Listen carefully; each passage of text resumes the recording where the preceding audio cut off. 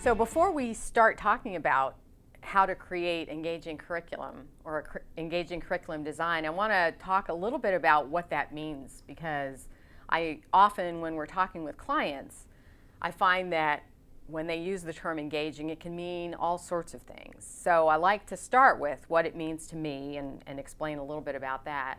For me, engaging design is more about getting people to think about what they're doing, to really engage their brains before we put them into the workplace. Like the expression, putting your brain in gear before you put your mouth in gear. So we want to get people engaged and get them thinking when they're still in a safe environment, when they have a safety net, so to speak, before they get onto the job. So the curriculum, whether it's for instructor-led training or if it's e-learning, it should focus on the things that they need to do on the job. And often it's what they need to do differently on the job. So I'm going to share 3 different tips with you today about how to create engaging curriculum design.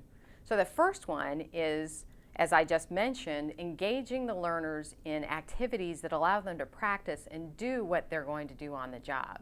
So it should be very specific to the performance, the behaviors, the activities that they're going to be doing on the job, and the reason for the training in the first place. So with this, the second tip then is to focus the learning on the outcomes of value rather than provide a scrapyard of information, or what is often referred to as an information dump.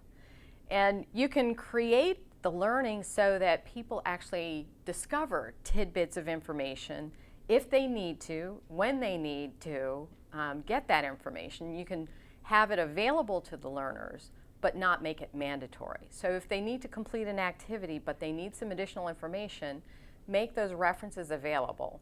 And they can retrieve that information, and they should retrieve it from the same places that they will retrieve it on the job.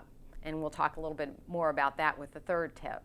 But that way, learners are not force-fed a lot of information. They retrieve it as they need it. Similar, as we're talking about information and providing information to learners, there was a great article in Learning Solutions magazine recently that referred to a model of do, know, and access.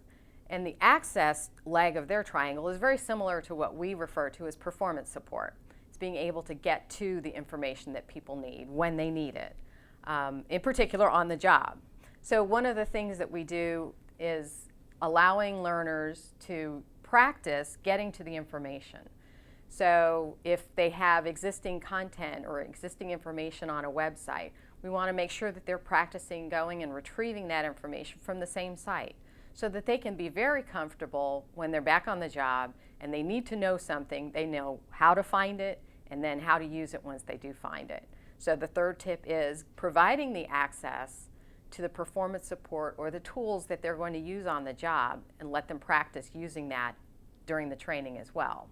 So to close, simply the 3 tips basically will provide an engaging environment, engaging learning, because you're teaching and helping people practice doing, thinking, performing better than when they started and before they went into the training. So that is what I refer to as engaging learning.